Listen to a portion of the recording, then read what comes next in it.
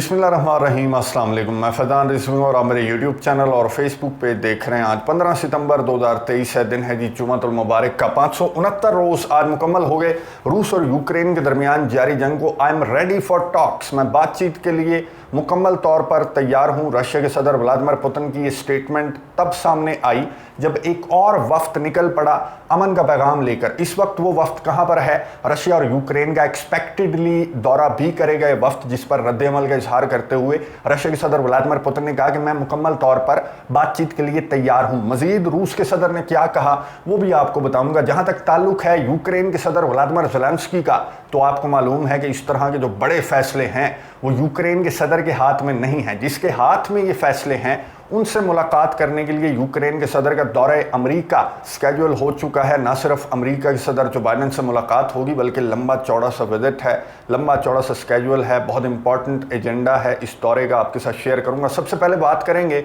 मैदान जंग की, जहां से जिस तरह की खबरें आज मैं एक्सपेक्ट कर रहा था उस तरह की खबरें मैदान जंग से सामने नहीं आई। आपको मालूम है कि जब भी यूक्रेन की जानिब से कोई मेजर अटैक्स किए जाते हैं रशिया के ऊपर, जिस तरह के अटैक्स कल रिपोर्ट हुए और परसों रिपोर्ट हुए, ब्लैक सी फ्लीट को टारगेट किया यूक्रेन ने, क्राइमिया के अतराफ ताबड़तोड़ हमले यूक्रेन के रिपोर्ट हुए, फिर एयर डिफेंस सिस्टम को भी तबाह किया यूक्रेन ने, रशिया के एयर डिफेंस सिस्टम S-400 को तबाह किया। इसके अलावा एक ऑयल और गैस ड्रिलिंग जो फैसिलिटी है उसको भी यूक्रेन ने कंट्रोल कर लिया। तो इस तरह की जब स्ट्राइक्स यूक्रेन की जानिब से रिपोर्ट होती हैं तो फिर रशिया की जानिब से रिटेलिएटरी स्ट्राइक्स लाजमी रिपोर्ट होती हैं। लेकिन आज इस तरह की कोई स्ट्राइक्स रशिया की जानिब से रिपोर्ट नहीं हुई, मुकम्मल खामोशी है।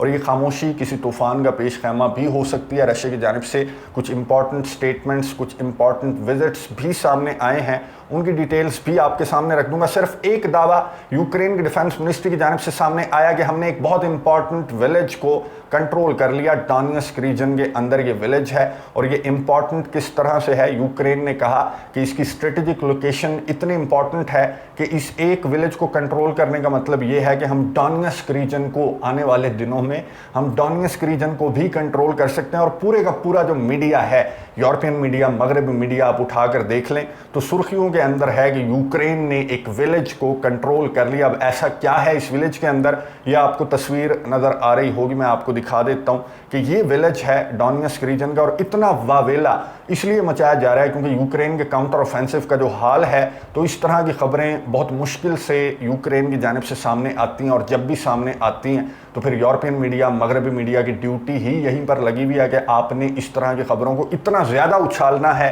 कि गांव जो है वो पूरे का पूरा रीजन नज़र आए कि पूरे का पूरा रीजन जो है वो यूक्रेन ने वापस ले लिया रशिया से। बाकी इस गांव के अंदर इतना इंपॉर्टेंट कुछ नहीं है, ना ही इसकी स्ट्रेटेजिक लोकेशन इंपॉर्टेंट है। लेकिन अगेन एक और मैसेज है रशिया के लिए कि कीड़ी की चाल चलते चलते ये ना हो कि आपको यूक्रेन एक बहुत बड़ा सरप्राइज दे दे। जिस तरह के सरप्राइजेस कल सामने आए तो इस तरह के सरप्राइजेस आने वाले दिनों में भी सामने आ सकते हैं कि यूक्रेन की जानिब से। मैं आपको बता दूं कि अब कंफर्म्ड रिपोर्ट सामने आ चुकी हैं कि रशिया का एयर डिफेंस सिस्टम S-400 जो है वो तबाह हुआ यूक्रेन के इन हमलों के नतीजे में। 2 कश्तियां वो तबाह हुई यूक्रेन के इन हमलों के नतीजे में, और एक सबमरीन भी रशिया की बहुत ज़्यादा डैमेज हुई है। और इस बात को ना सिर्फ यूक्रेन ने बल्कि अब रशिया ने भी इसको एडमिट कर लिया है कि हाँ, इस तरह के हमले यूक्रेन की जानिब से रिपोर्ट हुए। यूक्रेन के सदर व्लादिमीर ज़ेलेंस्की ने अपने जवानों को, अपनी कौम को, अपनी फ़ौज को, अपने इत्तेहादियों को खुशखबरी सुनाई, बहुत ज़्यादा मुबारकबादें दी, अपने जवानों को शाबाश देते हुए यूक्रेन के सदर ने कहा कि इसी तरह के हमले आने वाले दिनों में भी ना सिर्फ मैं और मेरे एलाइज एक्सपेक्ट कर रहे हैं, बल्कि हमारी कौम जो है वो आपसे काउंटर ऑफेंसिव के दौरान इसी तरह की बड़ी बड़ी खुशखबरियाँ सुनना चाहते हैं। तो मुझे उम्मीद है कि आप आने वाले दिनों में भी हमें इसी तरह की खुशखबरियाँ देते रहेंगे। जिस तरह से उन्होंने स्पेसिफिकली, मैं आपको बता दूं कि यूक्रेन के सदर व्लादिमीर ज़ेलेंस्की ने इस वीडियो पैगाम के अंदर S-400 का स्पेसिफिकली जिक्र किया। हालांकि ब्लैक सी फ्लीट को भी डैमेज किया यूक्रेन ने, लेकिन S-400 का मैं आपको बता चुका हूं कि अगर यूक्रेन की रसाई आपके एयर डिफेंस सिस्टम तक भी है तो फिर यूक्रेन कहीं पर भी पहुंच सकता है। क्योंकि S-400 जो एयर डिफेंस सिस्टम होते हैं, मैं आपको बता चुका हूं कि इनकी अपने डिफेंस को बहुत ज़्यादा सीरियस लिया जाता है। अगर आपके एयर डिफेंस सिस्टम तक आपका दुश्मन पहुंच गया तो फिर समझें कि आपकी खैर नहीं है। तो यूक्रेन के सदर व्लादिमीर ज़ेलेंस्की ने बहरहाल बहुत ज़्यादा भड़कें मारी अपने इस वीडियो पैगाम के अंदर, और अगेन यूक्रेन के सदर ने अगेन अपने इत्तेहादियों से कहा कि देखो मैं डिलीवर करके दिखा रहा हूँ, और तुम जो है वो सीरियस नहीं हो रहे। अपने असलहे गोले बारूद की जो सप्लाई है वो बहुत ज़्यादा स्लो है आपकी जानिब से, तो अपने असलहे गोले बारूद की सप्लाई को थोड़ा सा उसको स्पीड दें, ताकि हमारे काउंटर ऑफेंसिव में भी इसी तरह की स्पीड नज़र आए जिस तरह की स्पीड गुज़िश्ता 2 रोज़ के दौरान नज़र आई। अब रशिया का रिएक्शन क्या सामने आया, रशिया पर इतने बड़े बड़े हमले हो गए और रशिया की जानिब से गुज़िश्ता 2 रोज़ से इतनी ज़्यादा कोई रिटेलिएटरी स्ट्राइक्स भी सामने नहीं आ रही। क्या सोच रहा है रशिया? कोई बड़ा हमला रशिया की जानिब से प्लान किया जा रहा है, या फिर रशिया की जो रेड लाइन्स हैं वो क्रॉस हो गई? जिस तरह से इलॉन मस्क ने कहा था कि ब्लैक सी फ्लीट और क्राइमिया रशिया की रेड लाइन्स हैं, तो फिर रेड लाइन्स तो क्रॉस हो गई। रशिया के डिफेंस मिनिस्टर ने दौरा किया पैसिफिक फ्लीट का। पैसिफिक फ्लीट, एक तो ब्लैक सी फ्लीट पर हमला हुआ ना गुज़िश्ता 2 रोज़ के दौरान, ये पैसिफिक फ्लीट है जहां का दौरा सर्गेई शोइगु का सामने आया, और यहां पर सर्गेई शोइगु ने जायज़ा लिया कि क्या क्या सामान हमारी फ़ौज की जानिब से, हमारी जो इंडस्ट्री है उसकी जानिब से क्या क्या सामान बनाया जा रहा है। उन्होंने अनाउंस किया कि 12 कश्तियाँ आने वाले दिनों में 2023 के ही साल में सर्गेई शोइगु ने कहा कि 12 कश्तियां जो हैं हमारी फ़ौज के अंदर, हमारी नेवी के अंदर शामिल हो जाएंगी। अब in other words Sergei Shoigu पैगाम दे रहे थे, और ना सिर्फ सर्गेई शोइगु बल्कि मैं आपको बता दूं कि रशिया के जो मिलिट्री ऑफिशियल हैं उन्होंने भी इसी तरह की स्टेटमेंट जारी करते हुए कहा कि जंग के अंदर इस तरह के नुकसानात हो जाते हैं और रशिया इस तरह के नुकसानात अफोर्ड करता है। रशिया की अपनी इंडस्ट्री है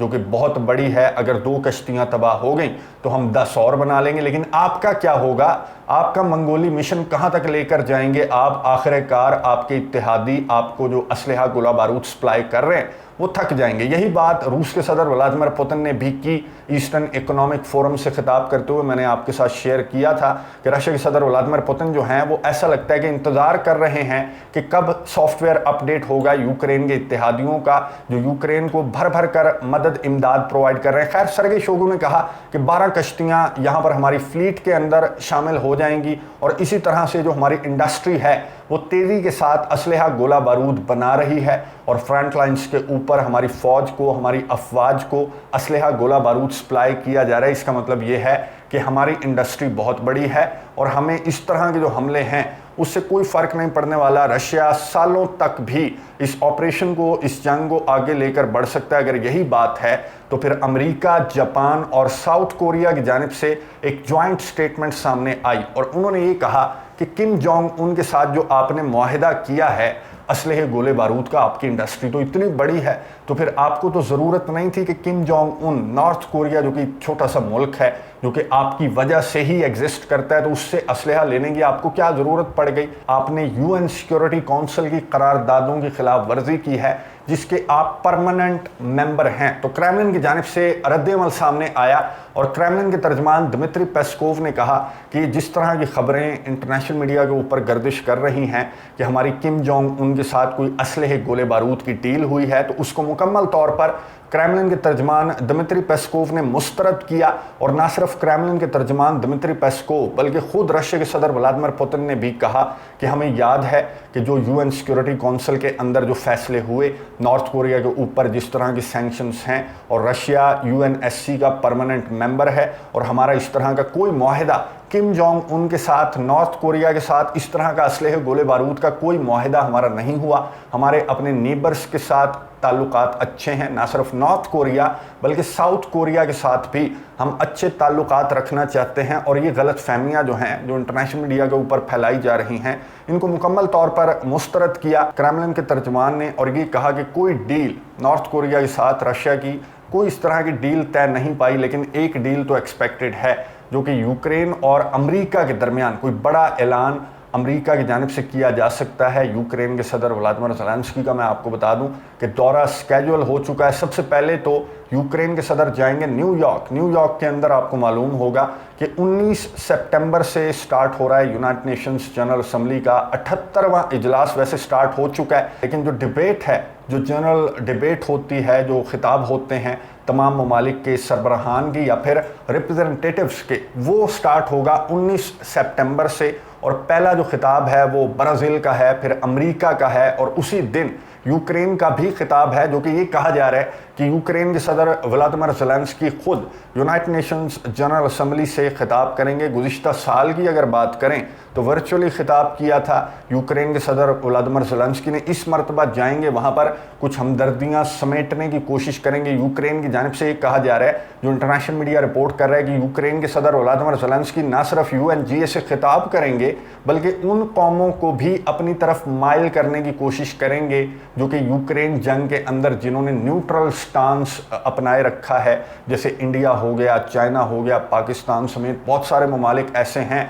जिन्होंने कोई साइड नहीं ली इस जंग के दौरान। तो यूक्रेन के सदर कोशिश करेंगे कि इस तरह के ममालिक को अपनी साइड पर किया जाए, लेकिन आपकी ये कोशिशें मेरा ख्याल है कि वो कामयाब नहीं होंगी। जिस तरह की बातें आपके ऑफिशियल्स की जानिब से की जा रही हैं, अब यूक्रेन के सदर व्लादिमीर ज़ेलेंस्की के जो मुआविन हैं वो इंडिया के सोशल मीडिया के ऊपर आजकल बहुत ज़्यादा गर्दिश कर रहे हैं, क्योंकि उन्होंने इंडिया से और चाइना से रिलेटेड जब सवाल हुआ और स्पेशली G20 के अंदर जो करारदाद मंजूर हुई उसको लेकर यूक्रेन काफ़ी ज़्यादा गुस्सा है। तो यूक्रेन के सदर के मुआविन ने कहा कि ये जो दोनों ममालिक हैं, चाइना और भारत, ये दानिशमंदाना इंटेलेक्चुअल नहीं है और इनके फैसले जो हैं वो इन्हें समझ नहीं आती कि मॉडर्न दुनिया के साथ ये दोनों ममालिक जो हैं वो मॉडर्न दुनिया के साथ कदम से कदम मिलाकर नहीं चल रहे, इनमें दानिशमंदाना सलाहियतों की कमी है। ये यूक्रेन के सदर के मुआविन कह रहे हैं। और आगे बढ़ते हुए उन्होंने कहा कि मुझे मालूम है कि भारत ने चांद पर कदम रख लिया है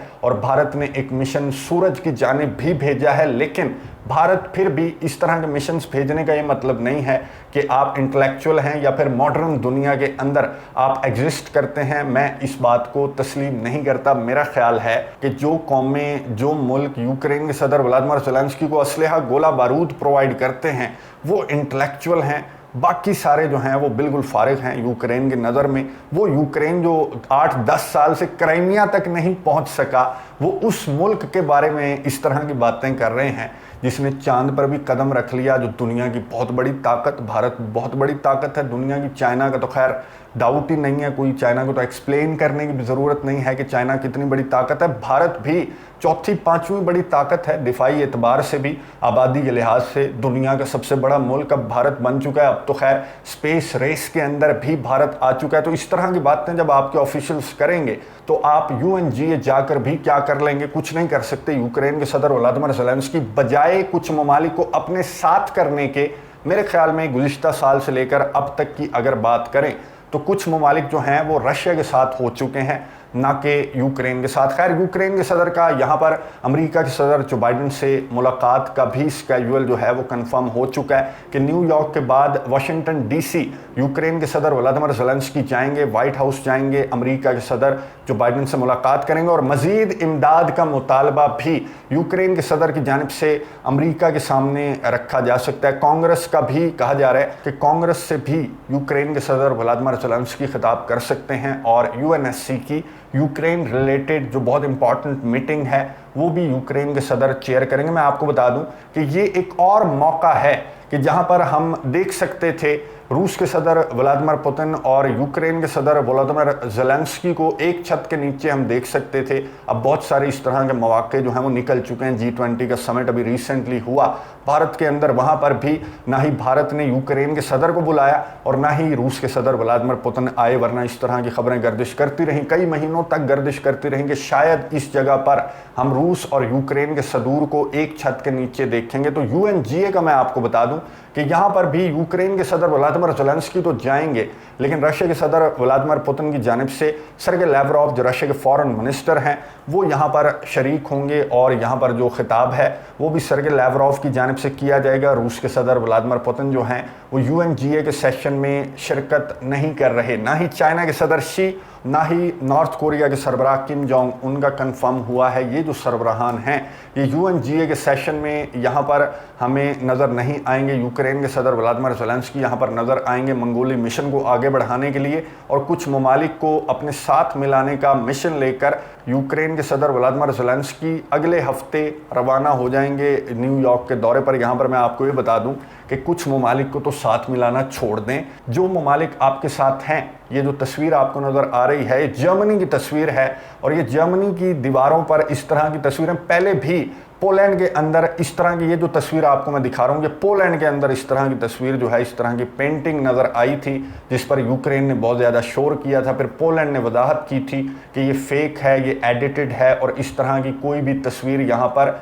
नहीं बनाई गई। इस फर्श के ऊपर पोलैंड की जानिब से वजाहती तस्वीर भी जारी की गई थी। अब ये जो जर्मनी के अंदर, बर्लिन के अंदर ये जो तस्वीर सामने आई है, इस पर पुलिस की दौड़ें लगी हुई हैं कि किसने ये गुस्ताखी की। यूक्रेन के सदर की शान में, जो कि हमारे बिहाफ पर लड़ रहा है रशिया से, तो उसकी शान में गुस्ताखी किसने की, ये ढूंढने की कोशिश की जा रही है। जिसने भी ये शाहकार बनाया, मेरे ख्याल में तो शाहकार है, और मैं आपको एक्सप्लेन कर दूं कि बनाया वह क्या है। यूक्रेन के सदर व्लादिमीर ज़ेलेंस्की के हाथ में उनके फौजी का बाजू है, उनके अपने फौजी का, और उस बाजू के अंदर अमेरिका का असलहा है। अब आप मुझे बता दें कि इस तस्वीर में क्या गलत है। बिल्कुल सही तस्वीर है जिस पर यूक्रेन की जानिब से बहुत ज़्यादा चीखें मारी जा रही हैं और बहुत ज़्यादा दौड़ें, कहा जा रहा है, लगी हुई हैं। जर्मनी के अंदर लुकाशेंको की भी मुलाकात हो चुकी है रशिया के सदर व्लादिमीर पुतिन से। सोची के अंदर लुकाशेंको की मुलाकात हुई। बात क्या हुई मैं आपको बता दूं।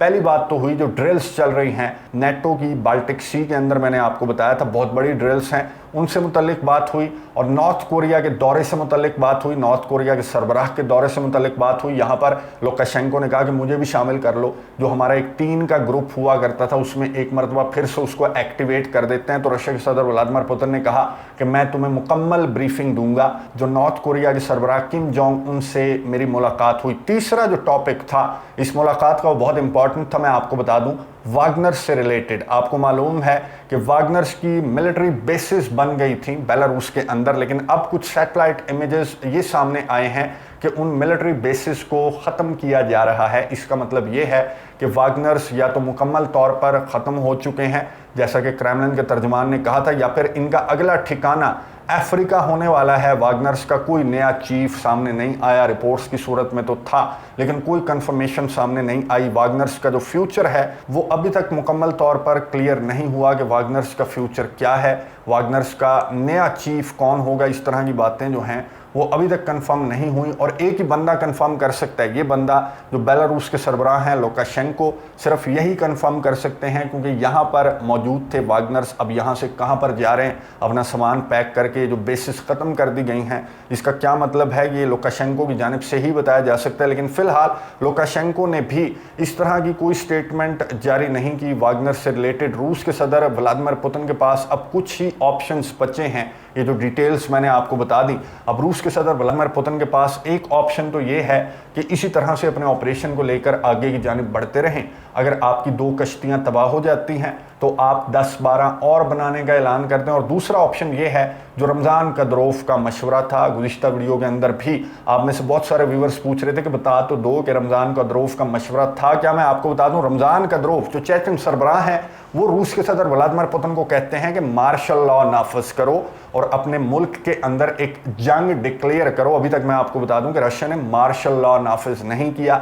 यूक्रेन के अंदर मार्शल लॉ नाफिज है। जब से ये ऑपरेशन स्टार्ट हुआ रशिया का, तो यूक्रेन ने जंग डिक्लेयर कर रखी है, लेकिन रशिया जो है वो नॉर्मली बिहेव कर रहा है कि नहीं नहीं कोई जंग नहीं है, ये हमारा ऑपरेशन है और हम ऑपरेशन को लेकर आगे की जानिब बढ़ रहे हैं। तो रमज़ान कदरोफ ने रूस के सदर व्लादिमीर पुतिन को कहा कि मार्शल लॉ नाफिज करो और पूरी पावर, पूरी स्ट्रेंथ के साथ यूक्रेन को कंट्रोल करो, चाहे तुम्हें टैक्टिकल न्यूक्स भी इस्तेमाल करने पड़े, पूरी ताकत के साथ यूक्रेन को कंट्रोल करो, इससे पहले कि बहुत देर हो जाए। मेरे ख्याल में रमज़ान कदरोफ का मशवरा बिल्कुल दुरुस्त है। तीसरा ऑप्शन ये है कि बातचीत की टेबल पर आकर आप बैठ जाएं। और रशिया के सदर व्लादिमीर पुतिन से सवाल हुआ कि जो वाटिकन सिटी का वफ्द है वो चाइना पहुंचा हुआ है, चाइना के ऑफिशियल से उन्होंने मुलाकात की और यहाँ पर बहुत अच्छे माहौल में बात हुई है। वाटिकन सिटी की जो स्टेटमेंट सामने आई और जो चाइना की तर्जमान ने बताया, फॉरेन मिनिस्ट्री की तर्जमान ने बताया कि बहुत अच्छे माहौल में बात हुई। ना सिर्फ ग्रेन की डील बल्कि रशिया और यूक्रेन को बातचीत की टेबल पर बिठाने के लिए चाइना और वाटिकन सिटी मिलकर, मैं आपको बता दूं कि वाटिकन सिटी जो पॉप हैं, पॉप फ्रांसिस हैं, उन्होंने पहले भी अपना वफ्द, यही वाला वफ्द भेजा था रशिया और यूक्रेन के दारुल हुकूमत। अब ये वफ्द गया है चाइना। अब चाइना और वाटिकन सिटी मिलकर जाएंगे, अपने नुमाइंदे भेजेंगे मॉस्को और कीव और यहाँ पर ये बातचीत की कोशिश करेंगे, बातचीत की टेबल पर दोनों ममालिक को बिठाने की कोशिश करेंगे। तो रशिया के सदर व्लादिमीर पुतिन ने कहा कि मैं मुकम्मल तौर पर तैयार हूँ। रशिया ने पहले भी इनकार नहीं किया था बातचीत से, अब भी रशिया इनकारी नहीं है बातचीत की टेबल पर अगर बैठना चाहता है। वेस्ट, यूक्रेन का नाम नहीं लिया। रशिया के सदर व्लादिमीर पुतिन ने कहा कि अगर वेस्ट बैठना चाहता है बातचीत की टेबल पर तो रशिया मुकम्मल तौर पर तैयार है। अब आपने मुझे कमेंट्स बॉक्स में बताना है कि वेस्ट क्या बातचीत की टेबल पर बैठने के लिए तैयार होगा। मेरा ख्याल नहीं है, क्योंकि यूक्रेन के सदर व्लादिमीर ज़ेलेंस्की की, अमेरिका के सदर जो बाइडन ने, नेटो के चीफ की जिस तरह की स्टेटमेंट सामने आई और जिस तरह से अब ये हमले रिपोर्ट हो रहे हैं यूक्रेन के और जिस तरह से भर भर कर मदद इमदाद के ऐलानात अमेरिका की जानिब से स्पेशली सामने आ रहे हैं, तो मेरा नहीं ख्याल कि यूक्रेन के सदर व्लादिमीर ज़ेलेंस्की जब तक वो कहते हैं कि मैं क्राइमिया नहीं ले लेता या फिर इतनी मेरी पोजीशन बेहतर नहीं हो जाती, तब तक मैं बातचीत के टेबल पर नहीं बैठूंगा कि मुझे कोई अपना एक इलाका भी अगर छोड़ने का कहा जाएगा तो फिर मैं बातचीत के टेबल पर नहीं बैठूंगा। मेरा ये ख्याल है कि जो 15-14 पहले दौर हो चुके हैं मुज़ाकरात के, उनकी तरह ये दौर भी नाकाम होने वाला है। जो वाशिंगटन सिटी का जो वफ्द है, अगर ये रशिया और यूक्रेन का दौरा करेगा तो फिर ये इससे भी कोई फ्रूटफुल साबित नहीं होने वाली ये जो बातचीत की कोशिशें वाशिंगटन सिटी आगे लेकर चल रहा है। क्योंकि एक तरफ वाशिंगटन सिटी है तो दूसरी जानिब चाइना है। जहाँ पर चाइना मौजूद होगा तो वो मुज़ाकरात की कोशिशें ना ही अमेरिका को अच्छी लगेंगी और ना ही यूक्रेन को अच्छी लगेंगी। खैर, कमेंट्स बॉक्स में अपनी राय का इजहार ज़रूर कीजिएगा। अगली वीडियो तक के लिए इजाज़त दीजिए। अल्लाह हाफ़िज़।